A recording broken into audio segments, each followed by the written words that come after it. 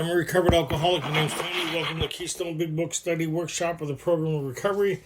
How we open these meetings with the Serenity Prayer. What do we need for a good meeting, Katie? God, grant me the serenity to accept the things I cannot change, courage to change the things I can, and the wisdom to know the difference. Welcome. Anybody new or coming back, those who've been following along, we're on More About Alcoholism as we work into the Christmas season. Yeah, a lot of parties, a lot of stuff going on. What a gift to be able to be present, eh? So, more about alcoholism. As we followed along here, why do you think they'd want to talk more about alcoholism? Because probably they came under the conclusion that we're probably thinking we know what we're talking about. So it's like, let's go over this again in case you're missing something here. Because a lot of us, as we've seen in Bill's story, he kind of gets influenced a lot by his own thinking, and you get comforted in his own thinking, and it sometimes is a little contrary to what we're reading or what we're understanding here, right? And one of the things they talked about here on page 26, 27 is that we see the transition that this guy was having, and most of us have to go through this kind of process of smashing the idea that we could be our own solution. Mm-hmm. A lot of us, they talk about this obsession in regards to being our own solution in regards to this malady that's outlined on page 23 as the main problem of the alcoholic, and all our planning and schemes to avoid taking the first drink or obtaining long-term sobriety through our own lessons or our own kind of power, right? That's what it kind of boils down to. And so as they go through this, and the doctor kind of explains why he wasn't able to stay sober in spite of everything he's done, mm-hmm. right? And he kind of explains for the first time, he explains that he has an alcoholic mind and he's never seen a case like his ever recover. And based on that information he felt like the gates of hell slammed in on him. That's the step one experience. If you're having any other feeling other than that, when you finally do step one, then you haven't really done step one, right? This impending calamity and doom puts us in a position of looking for a solution to this thing. Because if we could be our own solution, then we're going to plan, scheme, and come up with an outline. This is what I'm going to do this. And if you've ever been to a meeting and maybe even yourself or somebody else who's coming back or new, we all got a plan. We're going to do this different, we're going to do that different, we mean it, blah, blah, blah. And so at this stage of the game, they kind of go, well, let's be clear. Let's be clear about alcoholism. So they're going to say, so what they're starting off here with, more about alcoholism means they're going to talk more of what they've been talking about. They're going to be more specific. So you don't there's no misunderstanding. But it's amazing how we could take something that's clearly written out in such a language and totally misconstrued it. Totally to our advantage. Like you hear, and we'll get into it. Katie, how you doing? Hi, I'm doing well, thanks. And who are you? I'm Katie. I'm a recovered alcoholic. More about alcoholism, page 30. Is that where we're starting? Yeah, let's not hold any suspense here. Okay. Everybody there, page 30. And we're going to break it down slowly here, right? And see how it builds on these ideas that were presented and how they're going to expand on that. Go ahead. Okay. Most of us had been unwilling to admit we were real alcoholics. That's true, right? Most of us, right? And they're going to explain what they mean by that. Most of us have been unwilling to admit we're real alcoholics. We're okay with admitting we're an alcoholic. First meeting we go to, oh yeah, I'm an alcoholic. Well, what is that? I don't know, but I'm one of them. Right? And we get into behaviors. We get into, only getting, kicked out of school. None of that makes you alcoholic. I've had problems with my emotional nature. I don't get along with people. I'm withdrawn. Welcome to the human race. You know what I mean? So when they say most of us have been unwilling to admit we're real alcoholics, they're going to explain why is that. No person. Oh, you're muted. How do you unmute? There we go. There we go. Okay, no person likes to think he is bodily and mentally different from his fellows. So hold it there. Notice it doesn't say bodily, mentally, and spiritually Yeah. different from their fellows. They're very clear what they're talking about alcoholism here. Yeah. Right? Not the human condition. They're talking about what makes someone an alcoholic. Right? And beyond human aid. 100%. Okay?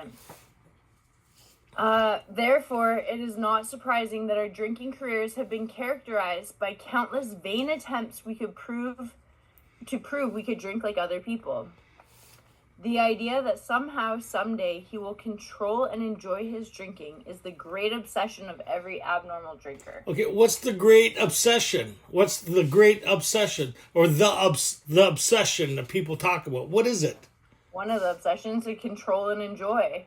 Our drinking, right? Yeah. That's what they're saying here. So if you think you can control and enjoy your drinking, have you admitted or conceded to the fact that you have this physical aspect of your illness? No. So we see it's a pre-step one condition. Totally. You still need to get convinced of the idea that you have this thing, that with drinking with impunity, right? Because most of us have a consequence problem, right? So if I could drink without consequence, then I'm no longer alcoholic. That's the whole idea. Why are you alcoholic? Because I'm having all these consequences. So we misunderstand what makes one an alcoholic, right? I used to hear guys, oh, I've had 4 impaireds. What, you haven't heard of methamphetamine? I've never had an impaired. Yeah. But I used to drive impaired all the time. I remember blowing in they put breathalyzers in the hotels I was drinking in Toronto on Lakeshore. And we used to have a competition. Whoever blew the least amount would have to buy the next round. And then all get in our cars and drive home. So you're going to drive? Well, I can't walk. I'm probably the only one here, right? And I don't, Sure. Think of, okay. So control and enjoy is his drinking is the great obsession of every abnormal drinker. Can I ask you something, Katie? Sure. If you're controlling your drinking, are you enjoying it? I was gonna say it means doing both. You can't do both of those things at the same time, because there are times that I could control it, but I was obsessing about controlling it. I was being on my best behavior, and you know what always followed me trying to be on my best behavior? Me celebrating by being on my worst behavior. So if you're controlling it, you're not enjoying it. Never. And if you're enjoying it, you're not controlling it. I'm enjoying it. I'm drooling on myself and peeing my pants. Yeah. Let the games begin. The persistence of this illusion is astonishing. Many pursue it into the gates of insanity or death. What? The idea that we're not a real alcoholic. The idea that we could control and enjoy our drinking. The idea that's presented on the next page that we'll get into in a second. So everywhere through the book, they've given us examples of when they talk about something, what that looks like. Yeah. In regards to the allergy, these allergic types, they go on the phenomenon of craving, blah, blah, blah. When they talked about the malady, they talked about what that looks like, loss of choice when it comes to the first drink. At certain times, they're beyond human aid. Once a certain point is reached, they kind of build on those ideas, yes? They talk about the obsession that somehow that we could be our own solution, right? Of having this malady, the obsession that we could fix self with self. Then they give us an example of that on page 26, why that can't happen, right? So you think they're going to give us examples of what they mean by this obsession? Yeah. And where's those examples? Nobody ever refers to that, and it kind of clarifies in regards to the first symptom of alcohol, right? Alcoholism. If I could control and enjoy my drinking, do I have the first symptom of alcoholism? No. So what convinces me that I have this thing? Experience. That I can't control and enjoy. I'm always having consequences. Maybe not all the time, right? Yeah. But most of the time. For you, most of the time. For me, most of the time. It was not fun. Life, full flight from reality. That's right. 11 years in and out doesn't make for a good story. Okay. Okay, go ahead. We learned that we had to fully concede to our innermost selves that we were alcoholics. Learned. So we've talked about that we're obtaining certain ideas right? We're obtaining what this illness looks like in regards to their understanding, right? It talked about that on page 28. In the following chapter, there appears an explanation of alcoholism as we understand it. This is our experience. The only people that could explain this back then is the people who've had it. They all have gotten together and talked and said, we seem to be different than these other people. Well, what makes us different? These are the characteristics of it. Right? These other people are looking at us going, what's the matter with you guys? And then we're looking at us going, yeah, what is the matter with us guys? How come we can't get it the same way these guys are getting it in the town's hospital? Why are we different than them? Why are we beyond human aid? Why are we outside the scope of the medical plan outlined in the town's hospital that these people were very successful with, but we're with outside of that scheme of being able to help? Right? Go ahead. Yep. This is the first step in recovery. The delusion that we are like other people, or presently maybe, has to be smashed. Okay, what has to be smashed? Who does the smashing? We do, ourselves. We do. And you notice it doesn't say, I need to obtain a psychic change or spiritual experience in order to do that. What smashes the idea is my experience with alcohol and the inability to control it and drink it. Remember Bill's second time in treatment? He was totally convinced. Remember when he sat and talked with Ebby? He knew he was just as powerless as Ebby, but Ebby had a solution. Yeah. Right? Bill went through the same transition. Remember the first time in treatment? Surely this was the answer, self-knowledge. The doctor talked about his will being weak, so maybe just exerting himself more, which would make sense based on a behavioral modification plan as outlined by the town's hospital that worked with all these other people, right? Psychology and all this stuff and applicate, blah, blah. And then you get people like us. We agree with you. We're looking good. Things are fantastic. They think, boy, that guy's come a long way or that girl's come a long way. And we walk right into a bar. How's treatment going? Pretty good. Waiter.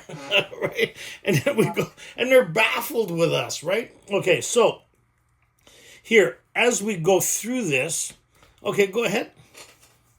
We alcoholics are men and women who have lost the ability to control our drinking. So they're still talking about what symptom?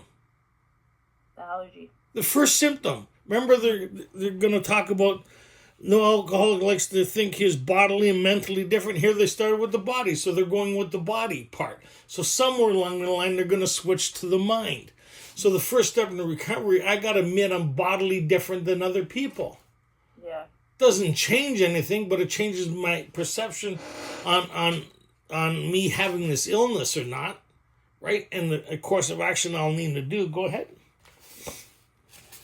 We know that no real alcoholic ever recovers control. There's that word again, real alcoholic. Remember, the heavy drinker, potential alcoholic, has the characteristics of us, but given good reason, and our fellowship's filled with people like that. Given good reason, right? How many people here has had good reason? Good reason to have another drink, I say. Yeah. Go ahead. Right? Mm-hmm. Go ahead. All of us felt at times we were regaining control, but such intervals, usually brief, were inevitably followed by still less control. So what that means to us is I didn't get in trouble for a while and there was no consequences. Mm-hmm. So I'm being a successful drinker, yes? Yeah. Well, how much you drinking? Enough not to get in trouble. I don't know.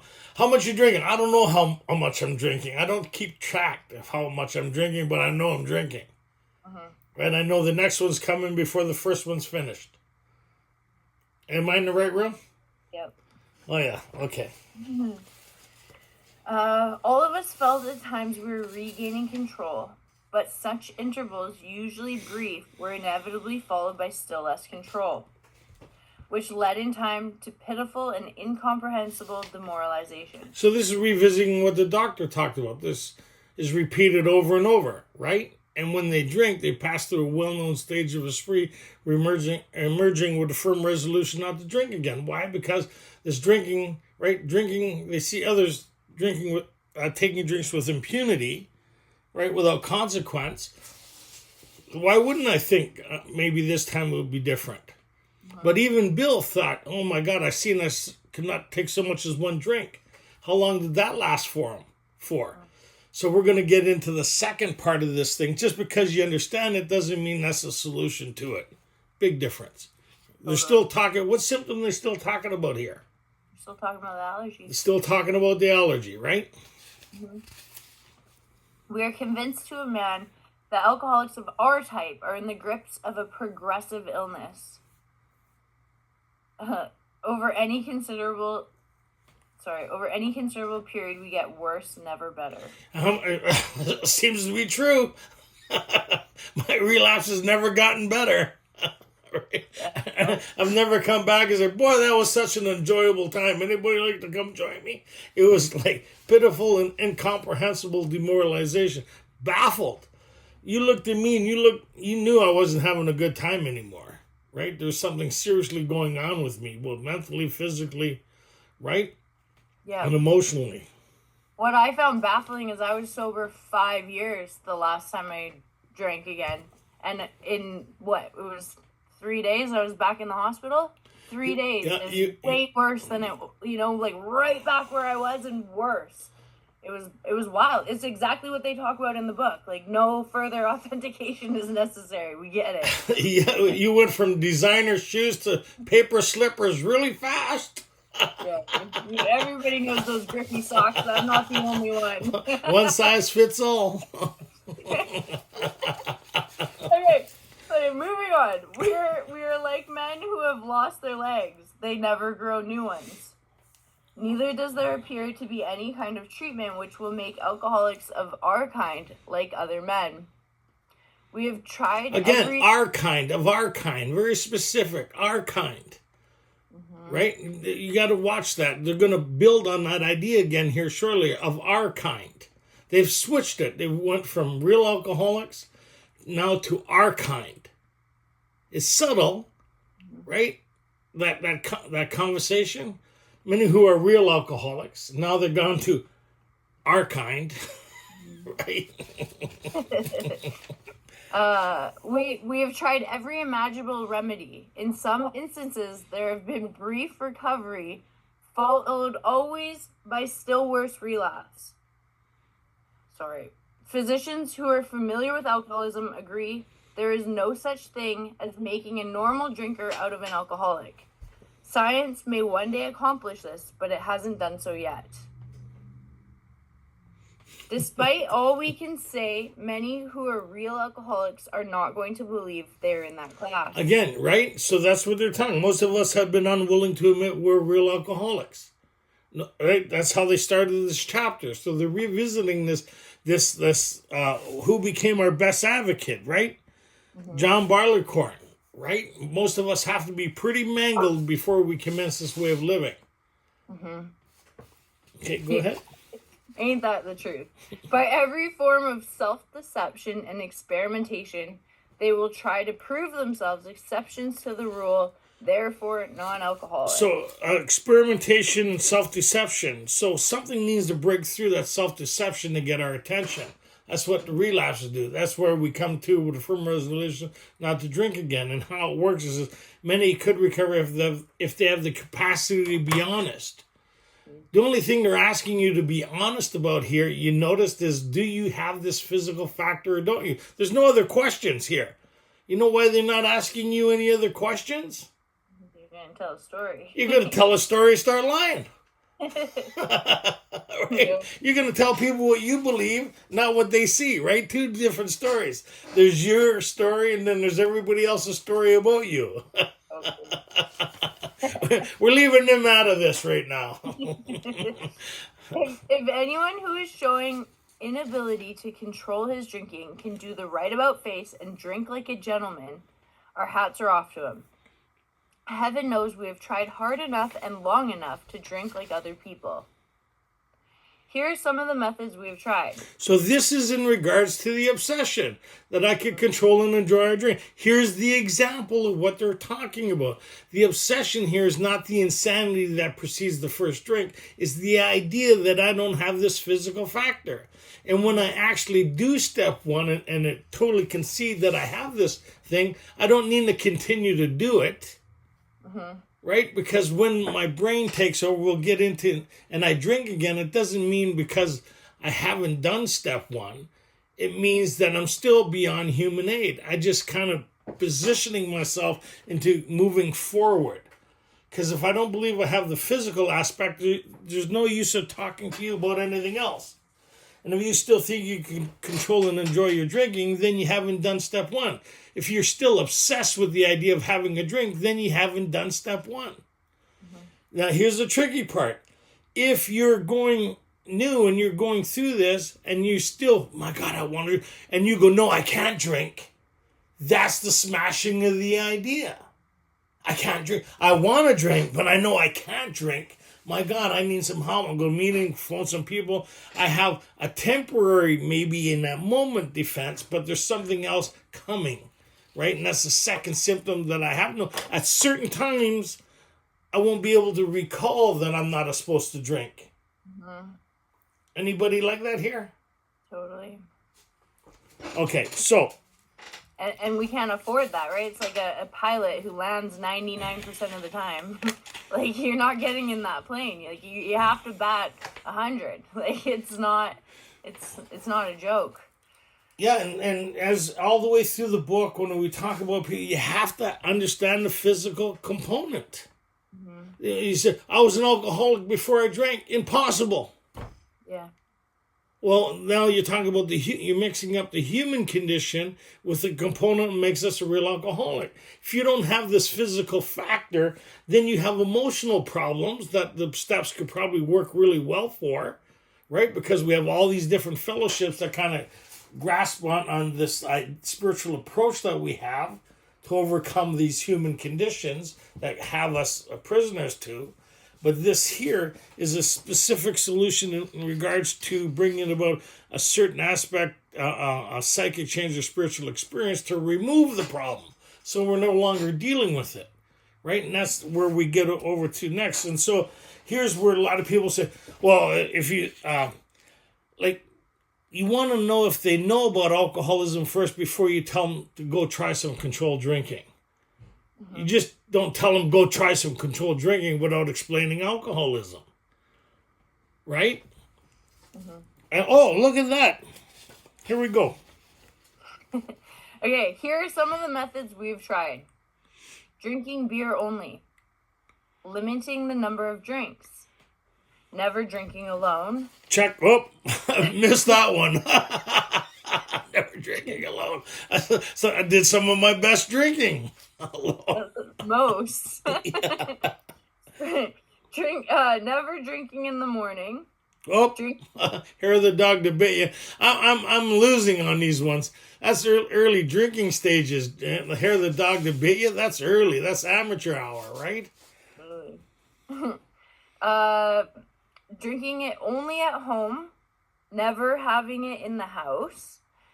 Never drinking during business hours. Drinking only at parties. Switching from scotch to brandy. Drinking only natural wines. I don't know what the hell any of that. Scotch to brandy. Only natural wines. Like, okay, does it come in a glass? Okay. Agreeing to resign if ever drunk on the job. I like that. Not drinking on the job, if ever drunk on the job. Yeah. You gotta watch the wording here. It's kind of funny, right? That's funny. Yeah. Taking a trip, not taking a trip. I always took the trip. Swearing off forever, with and without a solemn oath. Taking more physical exercise. Running from cops, does that count?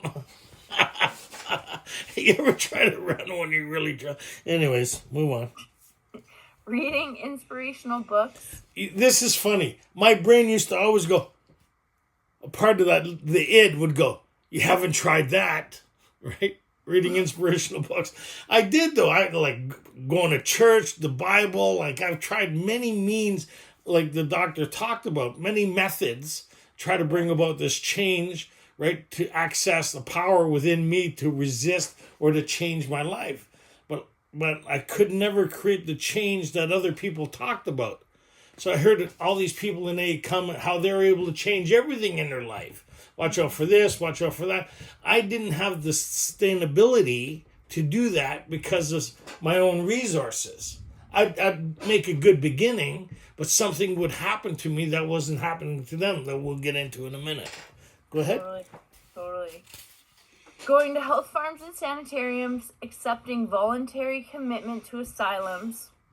We could increase the list ad infinitum. Health farms and sanitariums. Treatment centers. Yeah, now treatment center halfway houses, right? Yeah. Voluntary commitment to, right, for self-protection. Anyways, like Bill. Okay, go ahead. We do not like to pronounce any individual as alcoholic, but you can quickly diagnose yourself. Step over to the nearest bar room and try some controlled drinking. Try to drink and stop abruptly. Try it more than once. It will not take long for you to decide if you are honest with yourself about it. It may be worth a bad case of the jitters to get a full knowledge of your condition. So we don't need to do that. We just need to look back over our drinking history. Right? Nothing more important than a drink. I could think of like Bill, right? People were jumping from high finances. I went back to the bar. You're going to lose your job. Back to the bar. The wife's going to leave you. Back to the bar. You're going to lose everything. Back to the bar. Fall down a flight of stairs. Need stitches. Anybody see my drink? We're the only group of people that require 6 or 7 stitches, and we say we're proud we saved the drink. Yeah. I saved my drink. Normal people look at you like, hey, you need to go to the hospital. Well, it's $20 to go in an ambulance. That's a case of beer. I'll take the streetcar. Normal people don't do that kind of stuff. Right? Anyways, moving on. Crazy. Though there is no way of proving it, we believe that early in our drinking careers, most of us could have stopped drinking. But the difficulty is that few alcoholics have enough desire to stop while there's still yet time. We have heard of a few instances where people who have showed definite signs of alcoholism were able to stop for a long period because of an overpowering desire to do so. Here's one. So, wait a minute. We heard of it. We don't know any of them, but we heard of it. We heard of this guy. Like, he's a legend. Like, way back. Here's one, right? I know one of all these people I've ever dealt with. I don't know any, but I've heard of this one person, right? So they get into this, which is pretty cool. They get into it, and you should read it in case, but most of us will hit over to page 33. This case contains a powerful lesson. Okay, this case contains a powerful lesson. Most of us have believed that if we remain sober for a long stretch, we could thereafter drink normally. So have these people done step 1? No, like the example they get, he sees alcohol is troublesome and he knows if he's going to be successful, he can't touch alcohol. So he decided that he wasn't going to drink till he retired. Then out came the carpet slippers and he was dead in a short period of time. He tried everything within his means to try to quit. So previous page, they talk about alcoholism being progressive. So we seen even though he wasn't drinking, it continued to be progressive. Mm-hmm. Right? And this is the problem a lot of people have within the fellowship. They get periods of sobriety where they think they were successful. Mm-hmm. Right? I got 3 months, 6 months, 2 years, 5 years. I was successful. Now, if I could just do and then relapse, and I'll just do what I was doing before I relapse. Well, that's why you relapsed. Yeah. You're missing an element that we need to continue and maintain and develop. There's no resting on our laurels. There's no sitting on the sidelines. It's a continuation for longevity. We learn a recipe. If something replaces our higher power, then we're not staying here long. It's true. That's true. I see you sat back a bit. I hear you. I wasn't talking. I was talking about us in general, right? Yeah, like you always are. Yes. Okay, this case contains a powerful lesson. Is that where we are? Yep. Okay. Most of us have believed that if we remain sober for a long stretch, we could thereby drink normally. But here is a man who at 55 years found he was just where he had left off at 30. We have seen the truth demonstrated again and again. Once an alcoholic, always an alcoholic. Commencing to drink after a period of sobriety, we were in a short time as bad as ever. If we were planning to stop drinking, there must be no reservation of any kind, nor any lurking notion that someday we will be immune to alcohol. And this is sponsors, or our job when working with new people is back on page 30. We learned that we fully had to concede to our innermost selves that we're alcoholic. That's what they did. So they're going through that process on how they did that. The first was they had to come to a place there was no lurking notion that one day they'll be immune to alcohol, right? That was a part of their step one process. We have maybe not yet done it yet. We're getting ready to do step one, right? With the qualifiers that are coming shortly. We're learning about it. They've already done it, and this was part of their process. They did not like to admit they're bodily, mentally different from their fellows. The first aspect of the first, the idea of smashing this obsession that they could drink like normal people had to come with knowledge, right? Self-knowledge and knowledge that's being presented. Here they talk, if we're planning to stop, there must be no reservations of any kind, nor any lurking notion that someday we'll be immune to alcohol. So if you think you can safely drink one day, you just need a break, have you done step one? No. If you have the obsession that you can control and enjoy your drinking still, have you done step one? No. So people who are struggling, I want this obsession, and if the obsession has gone once you've done step one, has step one gone? This is where we're gonna get into now, because a lot of people think, oh, I don't have this obsession anymore. I don't think about it. I don't want it. That must mean I'm in safety. That's where they're going to say, well, let's talk more about alcoholism. So they're going to switch the conversation here. Go ahead. And it's subtle how they do it, but it's pretty cool. So now we're going to look at the mental part of this thing, which is kind of cool. The mental part. Okay, go ahead. Okay. Young people may be encouraged by this man's experience to think that they can stop as he did on their own power, their own willpower. We doubt if many of them can do it because none will really want to stop, and hardly one of them because of the peculiar mental twist already acquired. So this is the part of the double-edged sword. Is if you're able to stop, and you haven't done step one, but you're having problems able to stop based on your conviction or whatever, like this guy did. See, it was very troublesome. Then it's just a matter of time somewhere in the future, you're going to convince yourself that you'll be able to drink again normally like other people. Like Ray, probably anybody who's been sober a while will know tons of people who were here long periods of sobriety, doing pretty good, and then come up with the idea of, well, I was just more of a coke addict. I was more of an addict. I was more of this, more of that. Right? Maybe it was more emotional, more of this, more of that. So the brain gets them in a position of thinking that, you know what, I'm really not like these people, because now when I look back on my story, it's nothing like these people are talking about. And then they take a drink again and they don't come back. They struggle like this guy did.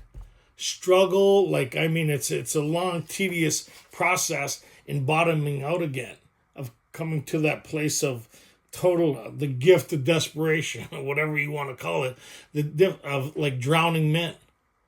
Right? It's quite interesting to watch, but it's sad. Okay, go ahead. We're sad. Several of our crowd, men of 30 or less, have been drinking only a few years, but they found themselves as helpless as ever to get, helpless as those who have been drinking 20 years. Is that where I am? Yep, sure. To be gravely affected, one does not necessarily have to drink a long time, nor take the quantity some of us have.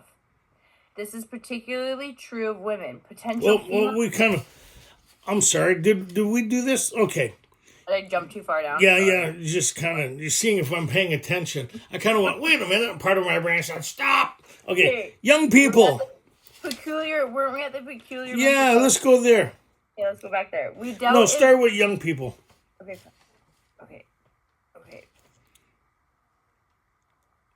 I don't know where that is. Right in the middle of the page. Young people may be encouraged. Young people may be encouraged by this man's experience to think that they can stop as he did on their own willpower.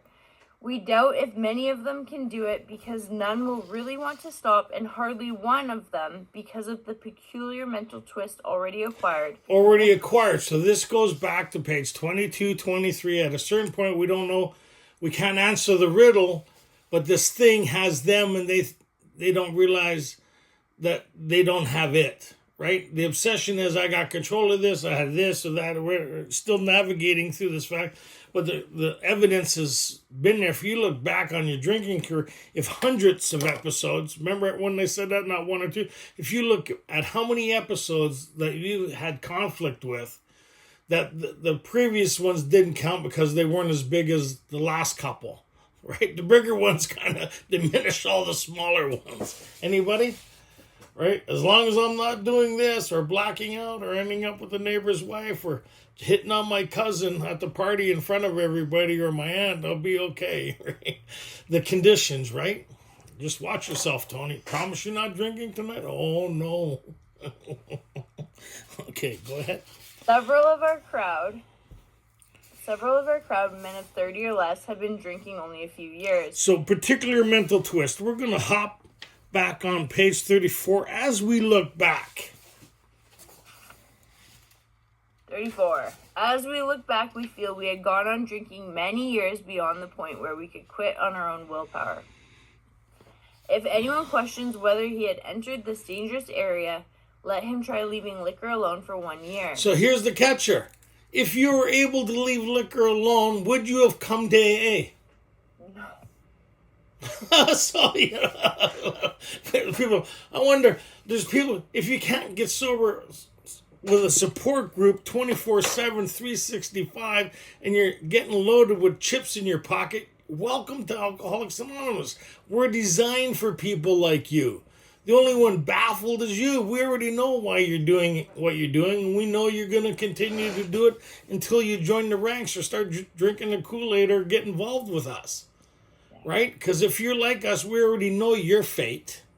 That's why it says, if you want what we have, well, what is it? An answer to the dilemma that's kicking your ass. Mm-hmm. Go ahead. Mm-hmm. If anyone questions whether he has entered this dangerous area, let him try leaving liquor alone for 1 year.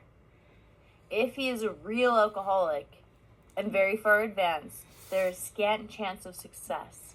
Right? So you're not going to be successful. They already know that. The only one that don't know that is you. Mm-hmm.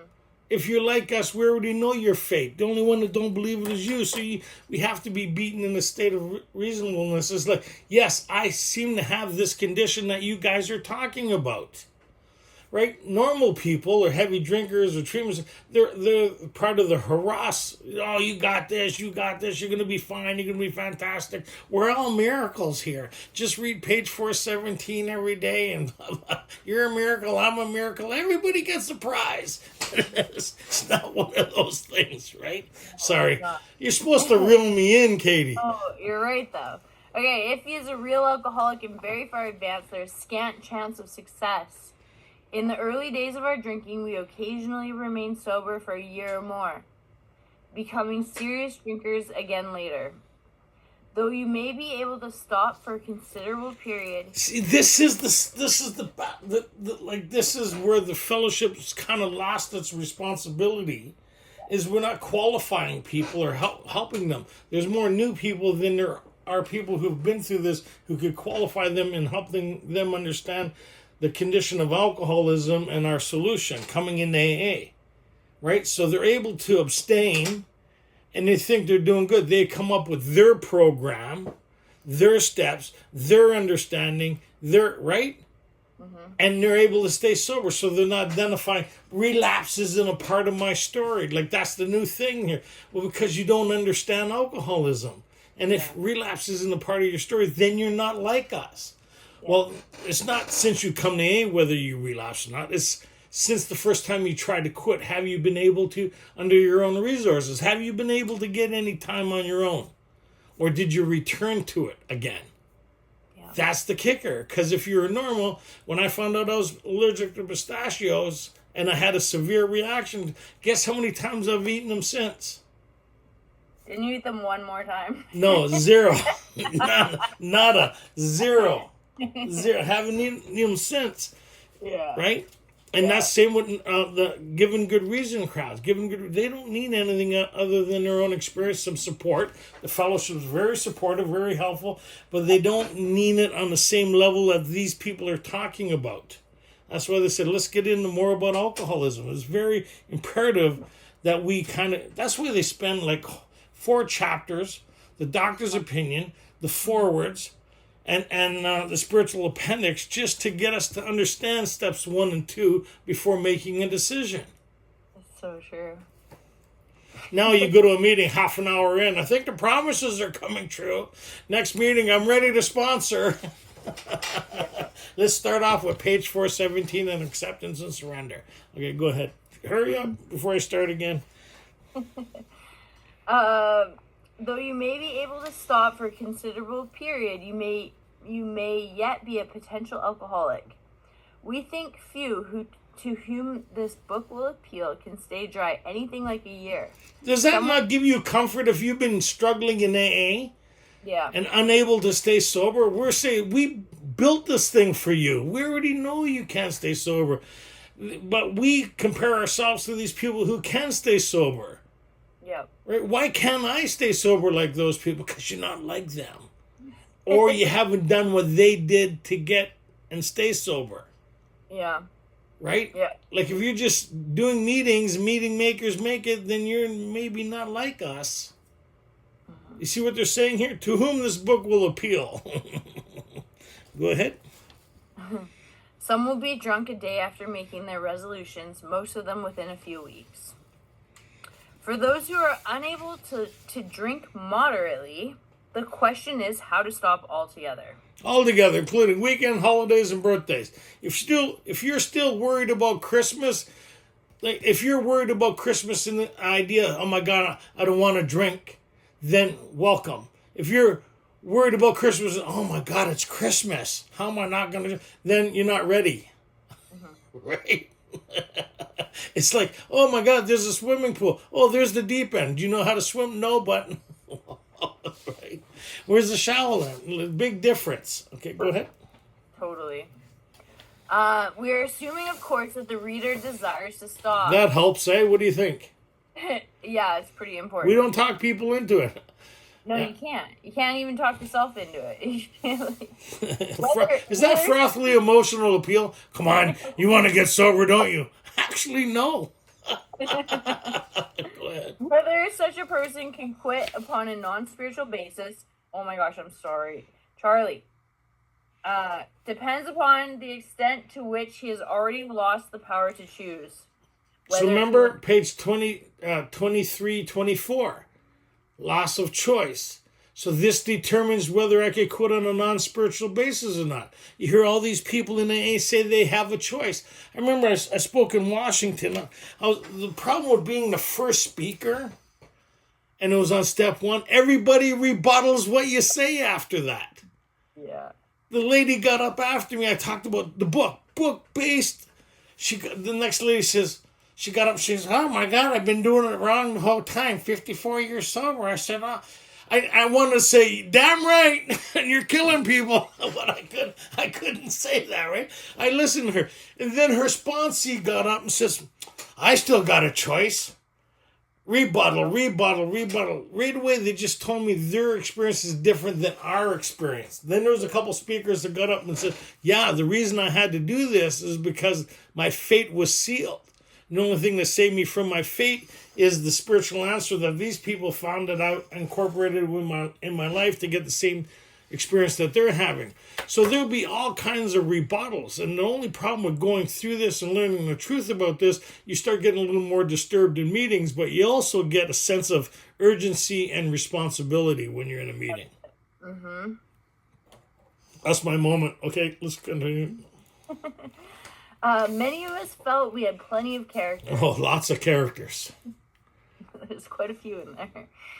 There was a tremendous urge to cease forever. True, eh?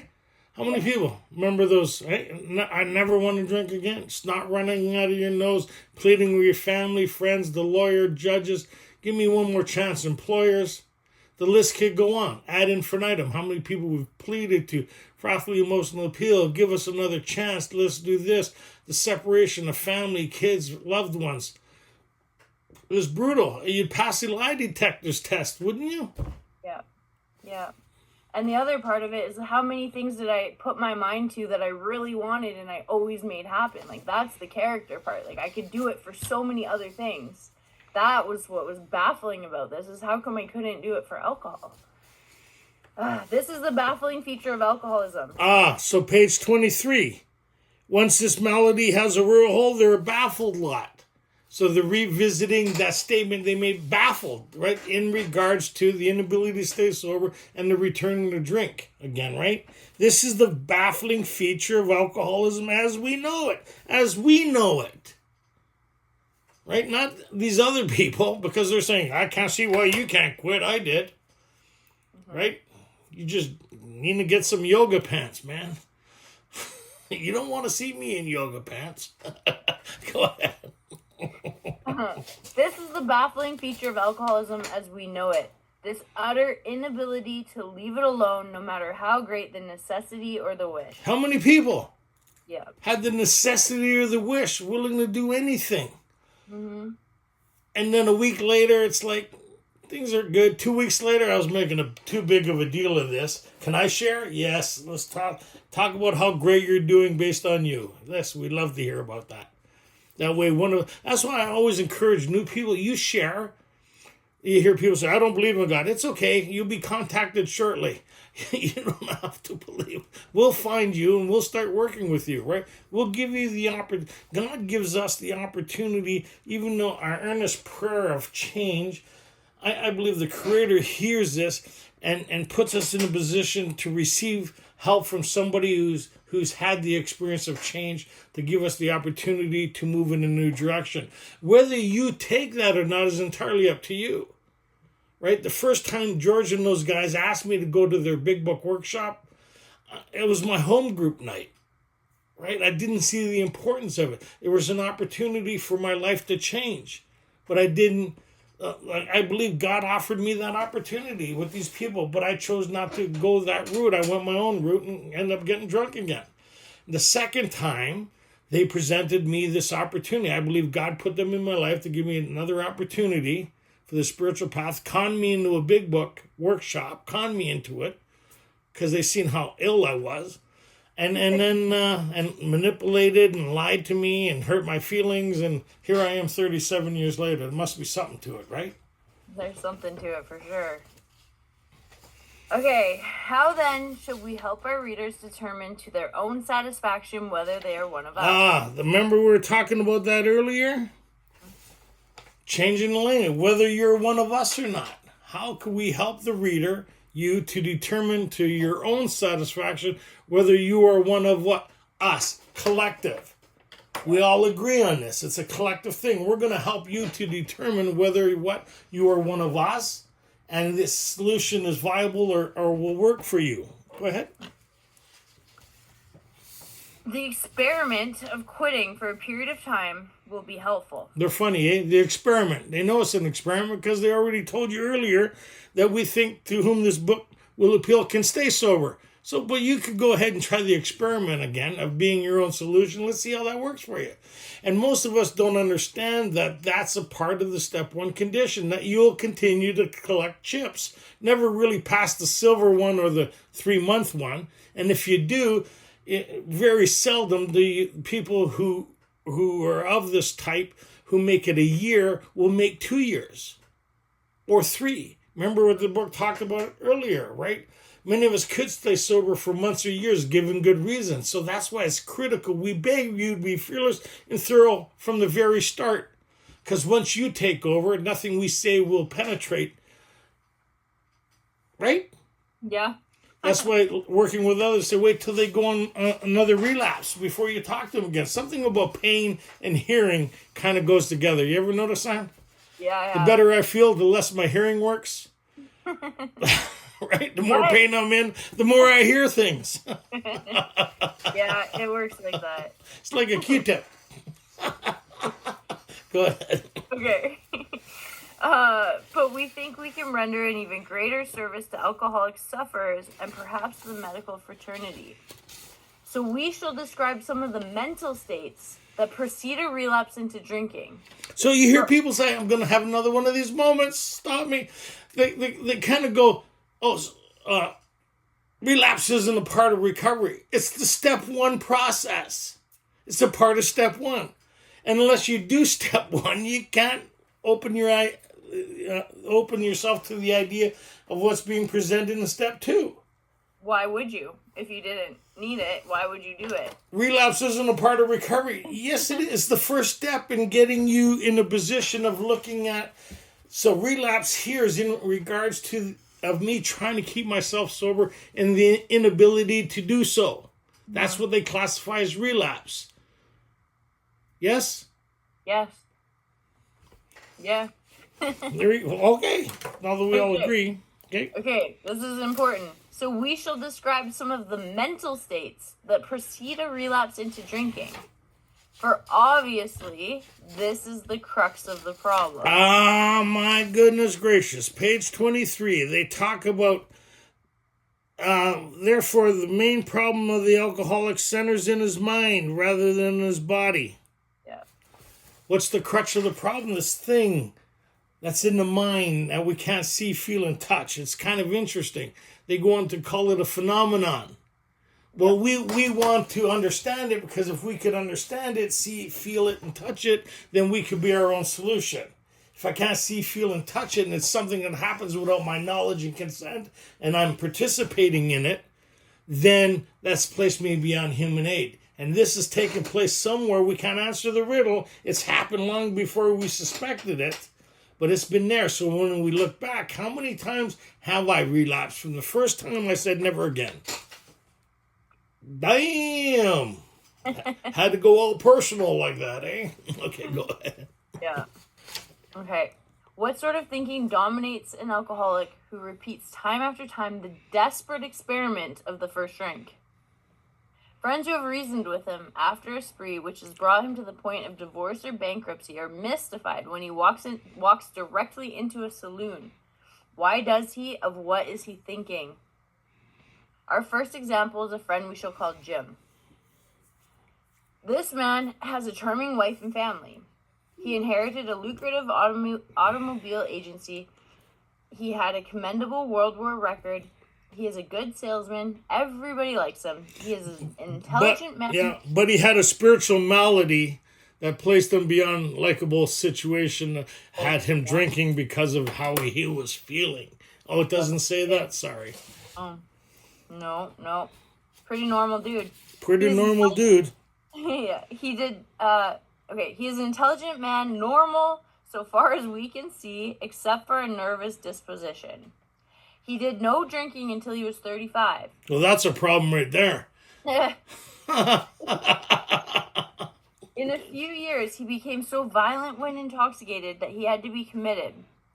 On leaving the asylum, he came into contact with us. And leaving the treatment center, halfway house, right? Where do they send you? From there, they send it to us, right?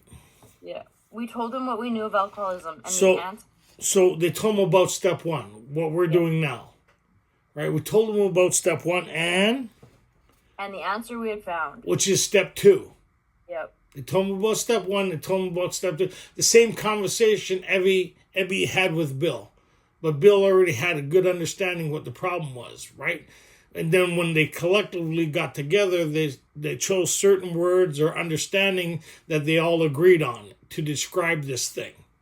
Remember, they're the ones that kind of put it in aspect. They're different than all these other people got together and kind of said, how do we explain this thing that we have in terms that who other people have it will understand it once we explain it? How do we explain something that's unexplainable? Well, this is what it looks like. Right? Okay, go ahead. Totally. And the answers we had found, he made a beginning. His family was reassembled, and he began to work as a salesman for the business he had lost through drinking. So we see later it says maybe it's but a beginning. So I don't know. I think somewhere along the line, like he got maybe he went up to step 5, made a beginning, right? Or maybe step 3, pursued some spiritual. I don't know, but he got feeling better. He got feeling like the idea was kind of in check, right? He made a beginning. He's got some support now, which happens a lot in the fellowship, right? Because anyways, go ahead. He made a beginning. His family was reassembled. The promises are coming true. Everything's coming back to him. That's the way people describe that, right? All went well for a time, but he failed to enlarge his spiritual life. So really, the spiritual life, this is my understanding based on my thing, is when you start doing your amends, right? And incorporating what we call 11 and 12, where you're working with other people, you're incorporating God's guidance while you're cleaning up the past. To incorporate these principles and reliance on something greater than you, that Bill talked about. Remember, Bill talked about this recipe as he went to clean up his past, right? He was plagued with depression and waves of self-pity. What was saved today, other than just his relationship with something greater than himself, that he was to check his newfound thinking with the new God consciousness within, was intensive work with other alcoholics. I don't see him doing any of that here. That's the development, right? Because if you're not doing, in the beginning, to be honest, you're really not doing all these things because you want to. You do them because you have to. Yeah. Right? I just want to get feeling better. Right? Yeah, okay, go ahead. To his consternation, he found himself drunk 6 times in rapid succession. On each of these occasions, we worked with him, reviewing carefully what had happened. Yeah, now people are getting fired after 2 or 3 times. You seem to be representing my sponsorship, and it doesn't look good on me, so I'm going to have to let you go. Obviously, you don't want this, right? I work with the chronic ones, the worst of the worst, that nobody else wants to work with them. Right? I do not take credit for their recovery, but I sure give them credit for how well I'm doing. You're welcome. Right? And I just give them the recipe that was given to me that allowed them to get them to a place to formulate their own relationship with something greater than themselves. And we walk together after that, hand in hand, right, in the spirit of the universe, how we develop these principles. Right? So cool. Yes, definitely. He agreed he was a real alcoholic and in a serious condition. He knew he faced another trip to the asylum if he kept on. Moreover, he would lose his family, for whom he had a deep affection. So this stuff of think it through, work it through, run, is totally useless for people like us. We hear it works for other people, right? Think it through, call somebody, preventative action, think the drink through, play the tape, all that stuff works for those people. It don't work for people like us, right? So we're going to continue on, visit it before we go too far in Jim's story. And we're going to go back and look at this thing here. So we shall describe, page 35. Okay. Top of page 35. So we shall describe some of the mental states that precede a relapse into drinking. So the mental states that precede a relapse into drinking, not the situation surrounding a relapse. Yeah. 2 different conversations. Most people look at the surrounding, right, the conditions surrounding a relapse.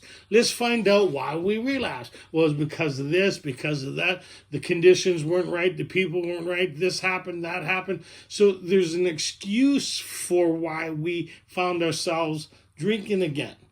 So it's conditional sobriety. As long as the conditions are all right, I'll stay sober. But then again, we don't know, because the conditions are never right. If it was about conditions, they would say, let's look at the conditions surrounding the first drink. Right. Which a lot of people do. What? Go ahead. I was thinking, we learn that stuff in treatment, unfortunately. In a lot of meetings, you hear people talking about their triggers or what you need to watch out for. And if it was that, then we would have been able to do that a long time ago. Or you'll end up in a pretty small world if you just cut out all your triggers. Bathrooms, Let's not definitely do not a that. good one. Bathrooms, Coke cans, on and on. Tinfoil, a lighter. Anyways, ice Okay. cubes, I'm done. So it's that was a good point, and that's where with this kind of we still have that thing originating that was happening back with Dr. Silkworth. We have this facility, we have a fellowship that a lot of different methods seem to work with. They covered that on page, right, 21, 22, right? Yeah.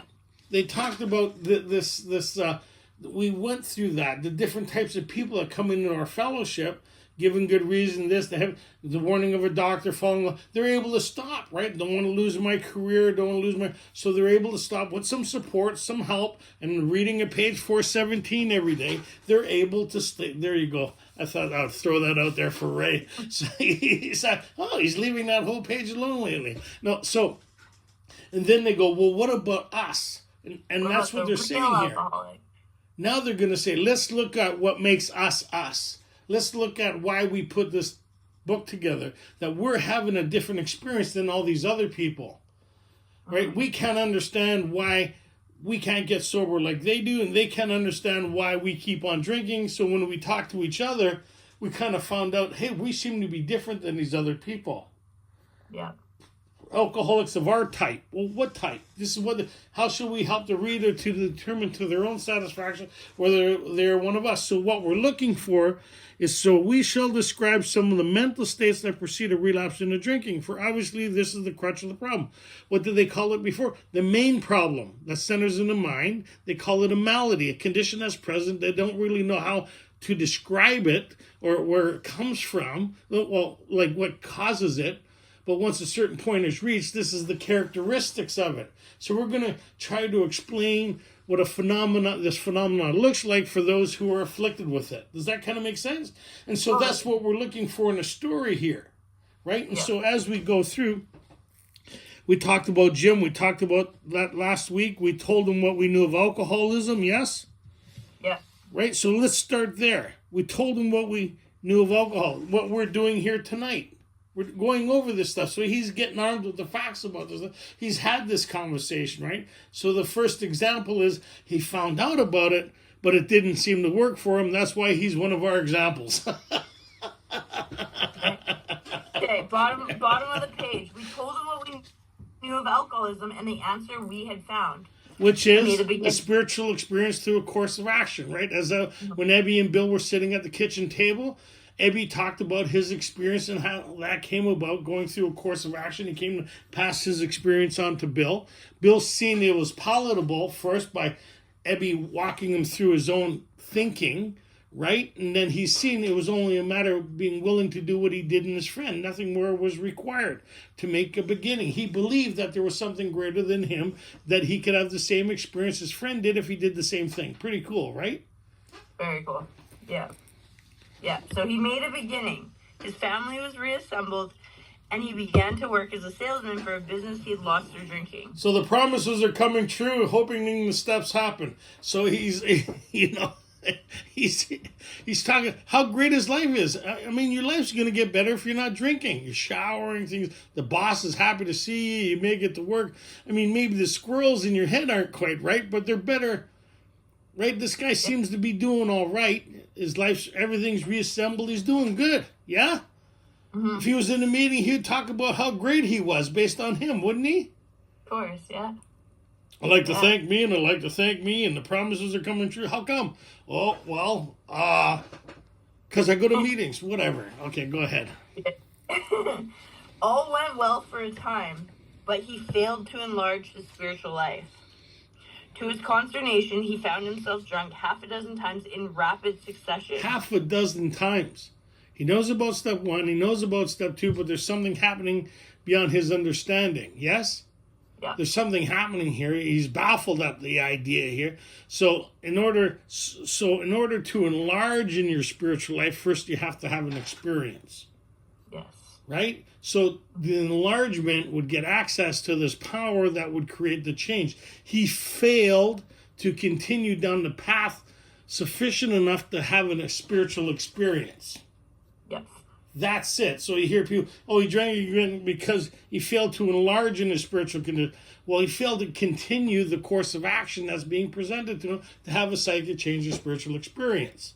We see that happening all the time in our fellowship, don't we? Totally. Okay, go ahead. Practice these principles in all our affairs. Like there's more, it's not just the experience, it's to continue this experience. Yeah, you hear people say, oh, it happens by the time you get to step 10, then you wouldn't need to go past step 9 then. Yeah. It's all these steps, not some of them, as the result of all of them, not some of them. Right? All the time. Yeah. On each of these occasions, we worked with him, reviewing carefully what had happened.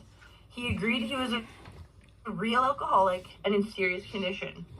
He knew he faced another trip to the asylum if he kept on. Playing the tape through, self-talk, all that stuff that we hear as a viable solution, think it through, doing step 1, kind of a scared straight technique. Think about it, if you drink again, blah, you hear all that stuff, right? Yeah. Well, we don't scare easy, right? If my story can't keep me sober, your story isn't going to keep me sober. Exactly. I don't know, anybody ever relapse here? Yeah. I've never went, oh my God, I remember what happened to Jim. I better not. Like, right? Okay, go ahead. Totally. Okay. He knew he faced another trip to the asylum if he kept on. Moreover, he would lose his family for whom he had a deep affection. Yet, he got drunk again. We asked him to tell us exactly how it happened. This is his story. Yeah, so this is with us, eh? Like, we're like, what happened? Half a dozen. How did you do that again? Remember, this is back when the books are getting written. How did you do that again? Yeah. And so he's going on to describe this thing, and we go, damn, I've had the same experience. But the potential or the heavy drinker look at us and go, what's the matter with you people? Well, you haven't done step 1. That's why you haven't done this, you haven't done that. There's something that you're not doing, right? Well, what's happened is he hadn't had the spiritual experience sufficient enough to recover. Where do we get that idea from? Was the doctor's opinion, yes? Until this experience happens, there's very little of the recovery. So we've seen this is being reiterated from the doctor's opinion to here is one of those stories of over and over and over, yes? Right, yeah, exactly. Daily reprieve. Yet he got drunk again. We asked him to tell us exactly how it happened. This is his story. I came to work on Tuesday morning. I remember I felt irritated that I would be a salesman for a concern on one. I had a few words with the boss, but nothing serious. Then I decided to drive into the country and see one of my prospects for a car. On the way, I felt hungry, so I stopped at a roadside place where they have a bar. I had no intention of drinking. I just thought I would get a sandwich. So no obsession, no idea, because we already confirmed he doesn't want to drink again because he knows what's going to happen to him. So he's not struggling with the idea, is he? He's done step 1 100%. Yeah. But no intention, he tells us right there. I just thought I would get a sandwich. I also had the notion I might find a customer for a car at the place, which was familiar. I had been going to it for years. I had eaten there many times during the months I was sober. I sat down at a table, ordered a sandwich and a glass of milk. Still, no thought of drinking. So if he did a self-check-in, would he be secure on the idea that he was on solid ground? Oh, yeah. Right? So if he was depending on him, on the ability to see when this thing was going to happen again and take corrective action, he would be on solid ground, right? Yes, yeah. Sure he would. Why he's telling the story here. He's going over the events in his mind and looking at the situation. Still no thought of drink. Like there's no obsession, no idea, no nothing. You know what I mean? Life's happening a bit here, but that's no big deal. He's not above the human experience, right? No, he's been here before. He's done this before. He doesn't feel like he's in trouble at all. I ordered another sandwich and decided to have another glass of milk. Writing italics. Suddenly, the thought crossed my mind that if I were to put an ounce of whiskey into my milk, it couldn't hurt me on a full stomach. Suddenly. Boom! Suddenly, now. Suddenly. What happens? I was going through this. Suddenly a car came through it. Kapow! Suddenly something happened without pre-warning. Suddenly. Yep. Right? No pre-warning, no pre-indicator, no nothing. Suddenly. Boom. It was upon him, right? Yeah. I ordered a whiskey and poured it into the milk. I vaguely sensed I was not being any too smart, but felt reassured as I was tasting the whiskey on a full stomach. The experiment went so well. I ordered another whiskey and poured it into the milk. So now we're triggering the allergy, right? So something's got to go here. So he's going to get rid of the milk. That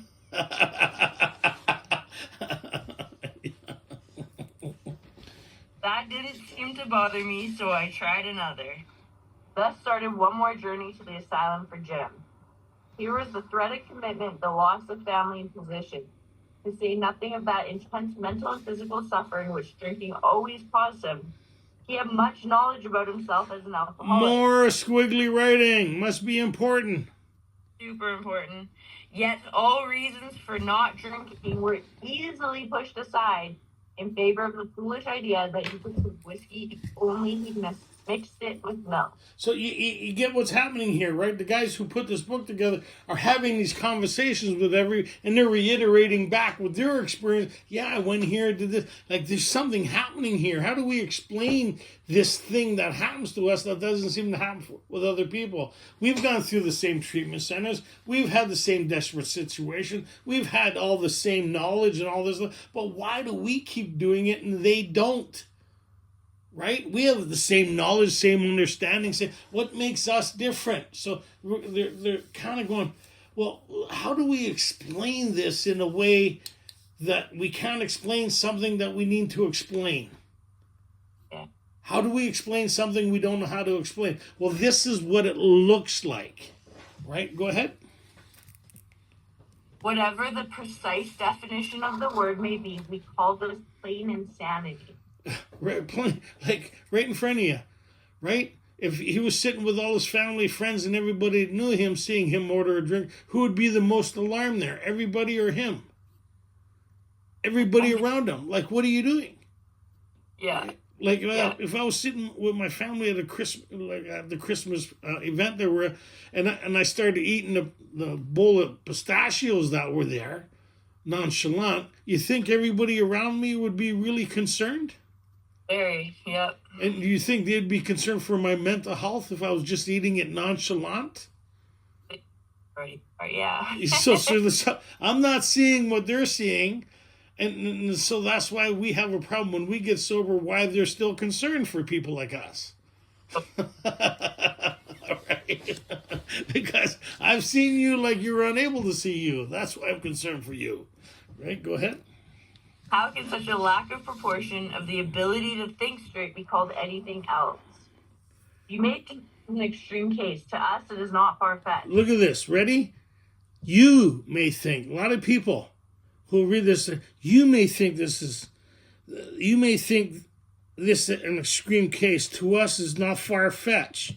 For this kind of thinking has been characteristic of every single one of us. Yeah, and it doesn't matter. Like you say, milk, I wouldn't do it with milk. Well, how did you do it then? Yeah. Did you order a draft? Did you just pull the bottle off the cupboard and find yourself drinking it? Did you order some near beers and somebody replaced it with a real beer? How did you get back to the place of you looking at the drink, wondering how this happened? How did you get back there again? Well, so it doesn't matter what it looks like. It's the being without defense before it happens. That's it. So we all have those stories, right? Sitting there, 16 months sober in Toronto, other things were going on. It was my birthday. The lady asked me if I wanted something for my coffee. Right away, I was horrified at the idea of drinking. That suddenly the thought came, well, your life's a lot better now. You're not hanging around with those people you used to hang around with. You just got a raise at work. Life's fantastic. And it happened fast. I said, sure. She came and poured something in my coffee, not realizing it then what happened. Like, I had no idea what was going on, nor could I stop it. Then I triggered the allergy, and then I was off. And that situation got me in Vancouver. That's a whole different story. We don't got enough time for that right now. Go ahead. So this kind of thinking has been characteristic of every single one of us. We have sometimes reflected more than Jim did upon the consequences, but there was always the curious mental phenomenon. Okay, so now they're calling this malady, unexplainable event that's present, a phenomenon. It's a phenomenon. We don't know how to explain it for those of us that have it, but this is what it looks like. It's a phenomenon. It's pretty serious when you look at it, right? Now we're right. So here's the characteristics of it. What is it? This there was always a curious mental phenomenon that what? Parallel with our sound reasoning, there inevitably ran some insanely trivial excuse for taking the first drink. Remember the guy on the page previous? I vaguely sensed I wasn't being too smart. Previous to that, I knew I'd end up in a puzzle factory again. Cheese and cracker would be right off the plate and I'd lose everything. You better make it a double then. Let the games begin. The circus is in town, baby. Okay, go ahead. That parallel with our sound reasoning, there inevitably ran some insanely trivial excuse for taking the first drink. Our sound reasoning failed to hold us in check. The insane idea won out. Next day, we would ask ourselves in all earnestness and sincerity how it could have happened. So then they get into the jaywalker and kind of looking at somebody who did behavior that was, and what we used to do with people, read the story to them and say, where does alcoholism begin? Right? And they go, when he broke his leg, when he broke his back. No, if he was normal, he would have cut it out. Right? So that's where it started. If he was normal, he would have stopped, but something kept on driving them, right? I've never had anybody said, well, you expect if he was normal, he would have stopped, right? Well, why didn't you stop? Well, because, anyways. So, here we go. Some of you are thinking, page 38. Bottom of the page. Some of you are thinking, yes, what you tell us is true, but it doesn't fully apply. We admit we have some of these symptoms, but we have not gone to the extremes you fellows did, nor are we likely to, for we understand ourselves so well after what you have told us that such things cannot happen again. So what's our first obsession? Is fixing ourselves based on our own efforts and ideas, yes? That idea needs to be smashed too, that I could be my own solution. That takes a little longer to come to terms with than the allergy of alcoholism, right? The second symptom is a little harder to admit that I'm beyond human aid. It's a little harder to admit that I'm in a collision course with another drink, especially when I'm surrounded by people who are self-sufficient. And if I could just be self-sufficient like them, I'll be okay. But when I get around people like me that explain this in a different way based on their experience, and it collides with my experience, then I become one of them. I cannot duck the issue anymore. I'm not like these other people. That's why I haven't been able to stay sober from my first meeting in 1978. That's why my last relapse in 1989, right, was with a 3-month chip in my pocket after 11 years of in and out. It took a member of Alcoholics Anonymous to take me through this, to concur I was of this type, I was one of them, and the solution that they were presenting me was feasible and it would work. Right? It was a course of action that prevented relapse prevention. Oh, I had a guy say, oh, it's funny, I didn't know the book talked about relapse prevention. Well, what are we talking? Step 1 is relapse. Step 2 is relapse prevention. Or witness protection, whichever way you want to look at it, right? Okay, go ahead. Nor are we likely to, for we understand ourselves so well after what you have told us that such things cannot happen again. We have not lost everything in life through drinking, and we certainly do not intend to. Thanks for the information. That may be true of certain non-alcoholic people who, though drinking foolishly and heavily at present time, are able to stop or moderate. because their brains and bodies have not been damaged as ours were. But the actual or potential alcoholic, with hardly an exception, will be absolutely unable to stop drinking on the basis of self-knowledge. Same as the examples they gave on page 2021. They're doing a full circle here, right? But if we kept on reading, we see we're not of that type. Otherwise, we would have probably stopped reading, right? Right?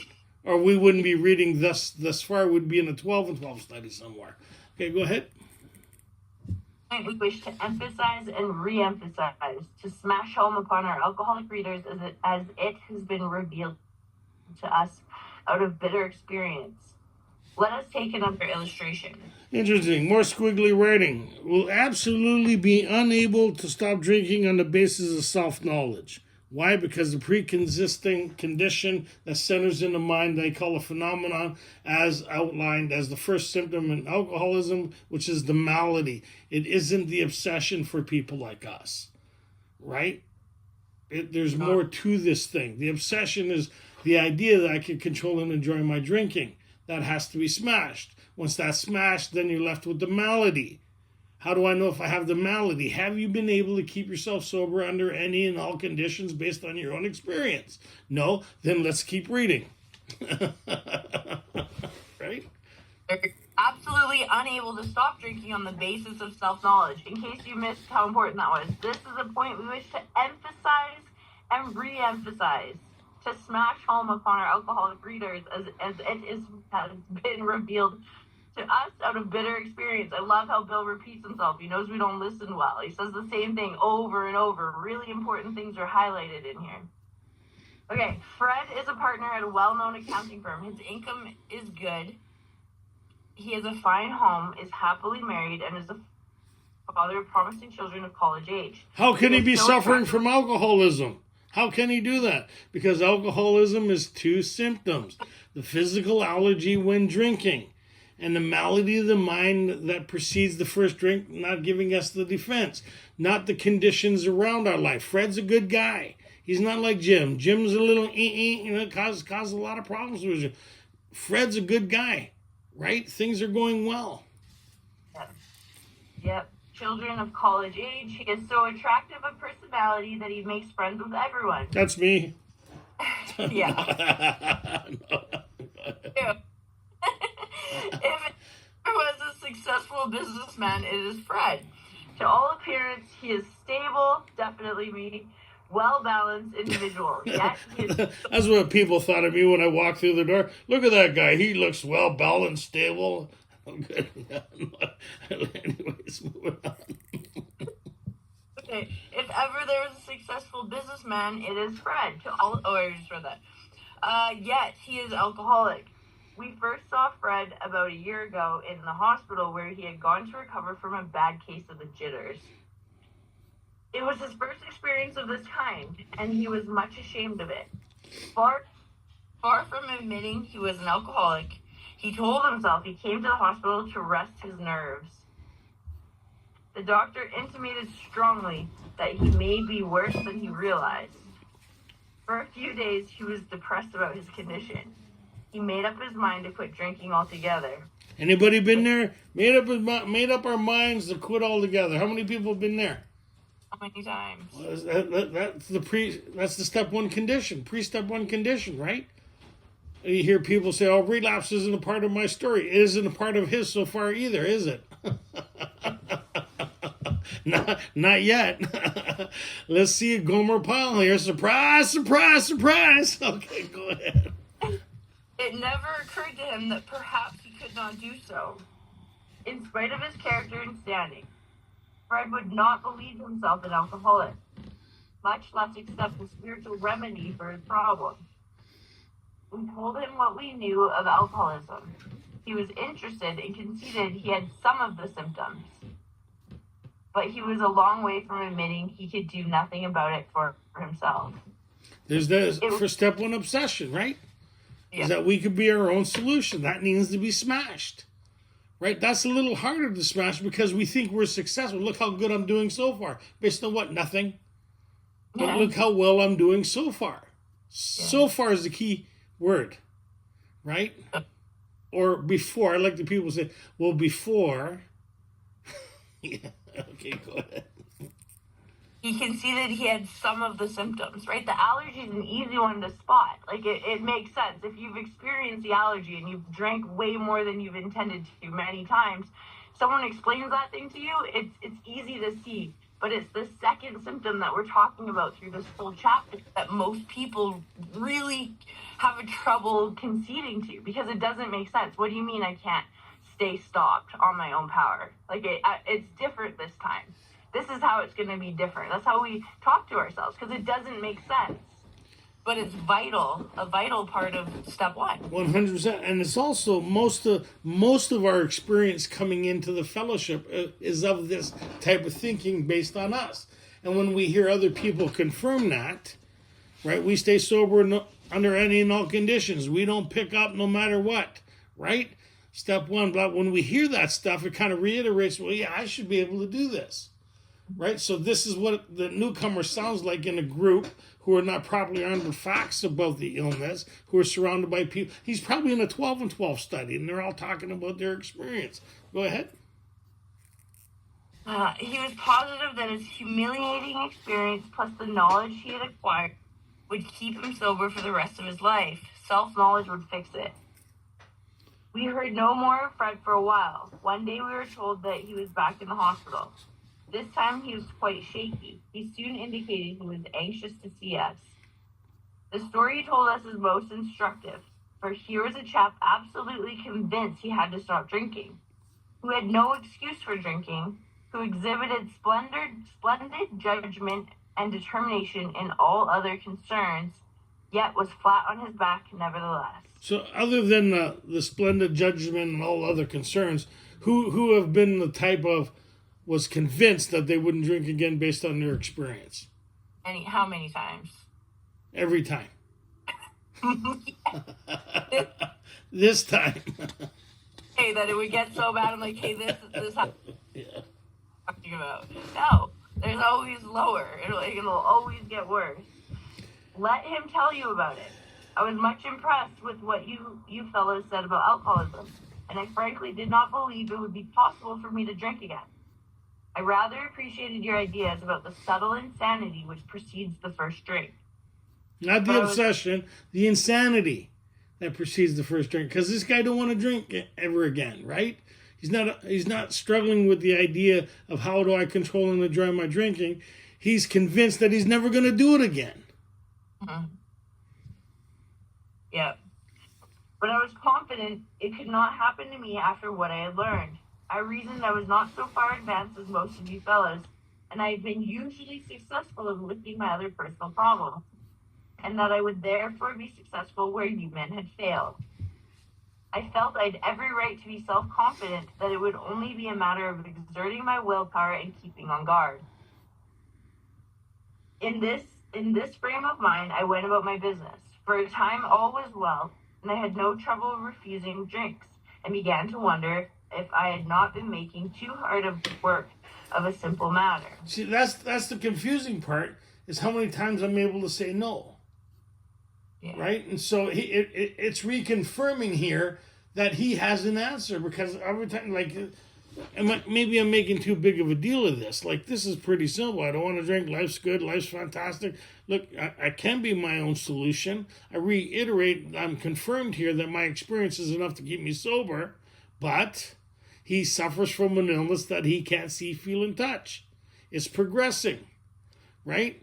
He needs the as we look back situation. He needs the step 1 experience that he's yet to have, where he's drinking against his own will, right? A lot of people within our fellowship is feeling the nip of the ringer, and they're able to stay stopped based on their experience thus far. So far, so good. Okay, go ahead. In this frame of mind, I went about my business for a time all was well. I had no trouble refusing drink to began to wonder if I had not been making too hard work of a simple matter. One day I went to London to present some accounting evidence to a government bureau. I had been out of town before during this particular dry spell, so there was nothing new about that. Physically, I felt fine. neither did I have any pressing problems or worries. My business came off well. I was pleased, and I knew my partners would be too. It was the end of a perfect day, not a cloud on the horizon. So that's it. He's too happy. Because what we do is look at the circumstances around why people drink. And that's not the point of this exercise. That's why they use Jim with all these perplexing problems. And then they use Fred, not a care. But both are suffering from the same condition.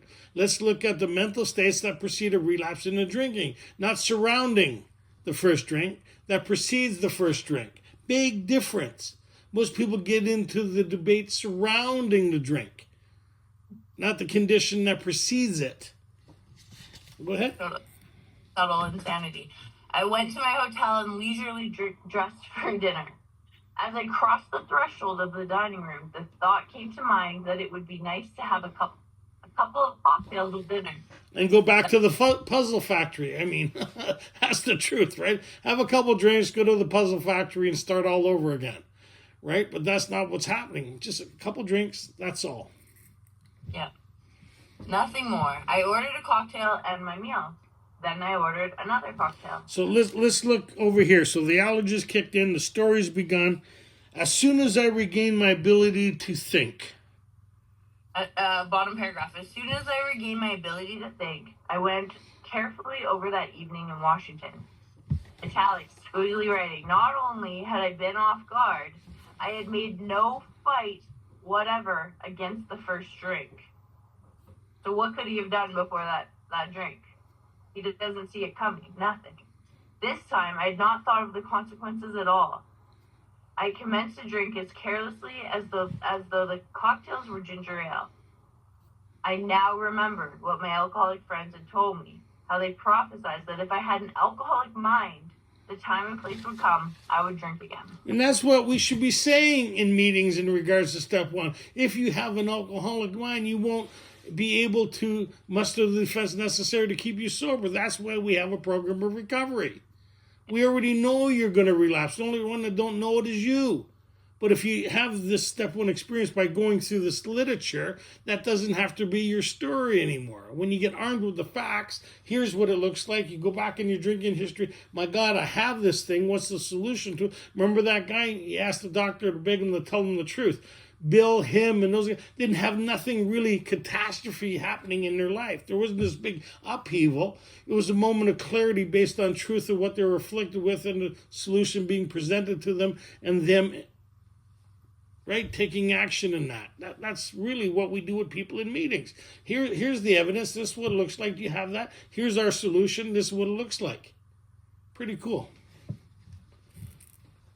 Then said, though I did raise a defense, it would one day give way before some trivial reason for having a drink. Well, just that did happen and more, for what I learned of alcoholism did not occur to me at all. I knew from that moment I had an alcoholic mind. I saw that willpower and self-knowledge would not help in those strange mental blank spots. So what is an alcoholic mind? The phenomenon, the malady, the mental twist, the mental blank spot, not my behaviors in regards to life, right? My behaviors in regards to the inability to keep me sober. That's an alcoholic mind. That's why we need a psychic change or spiritual experience. Once I have a psychic change or spiritual experience, I no longer have an alcoholic mind and I have the means of a way of life that answers all my problems, right? But first, alcoholism got to get my attention. It's got his attention. He just had the step one experience. He's having it sober, right? Go ahead.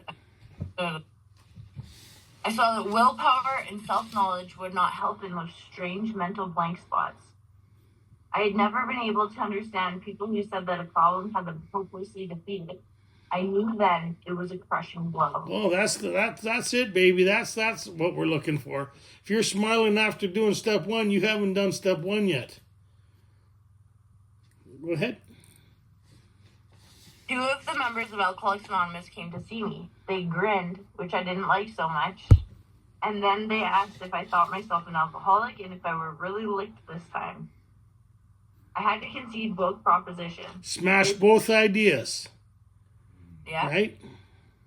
They piled on me heaps of evidence to the effect that an alcoholic mentality, such as I had exhibited in Washington, was a hopeless condition. How many times did I relapse? How many times did I drink? How many times did I say never again? How many times as I look back did I find myself drinking again?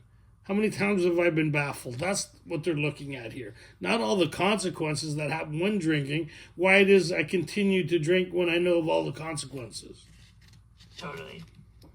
They cited cases out of their own experience by the dozen. This process snuffed out the last flicker of conviction that I could do the job myself. There's step one. Totally. Then they outlined the spiritual Then they told them about step two. Now we're telling people about step two before they even had step one. Choose your own conception. It doesn't say that anywhere. We're killing people. Right? Let's help them have a step one experience first. Then they'll be asking you about the solution. Go ahead. Yeah, exactly. Then they outlined the spiritual answer and program of action, which 100 of them had followed successfully. Though it had been only a nominal truth, when their proposals were not intellectually hard to swallow. The program of action, though entirely sensible, was pretty drastic. Damn right. Damn right. I ain't happy about it, but what's the alternative? I don't want to die either. Okay. I've never met anybody say, oh, great. What a great idea. When can I start? No. Not one is like a death. Look at new people's faces. Just like, a sentence, a life sentence. And then when we look back, how resistant were we to the greatest thing that ever happened for people like us? It's mind-boggling. Anyways, I had a moment. Go ahead. Good. It's true. It meant I would have to throw several lifelong conceptions out the window. That was not easy. But the moment I made up my mind to go through the process, I had the curious feeling that my alcoholic condition was relieved, as in fact it proved to be. And that's what we're going to do next, is go through We Agnostics. That's what they did with him, to help him navigate through the start, to make a beginning and all that other stuff. Quite as important was the discovery that spiritual principles would solve all my problems.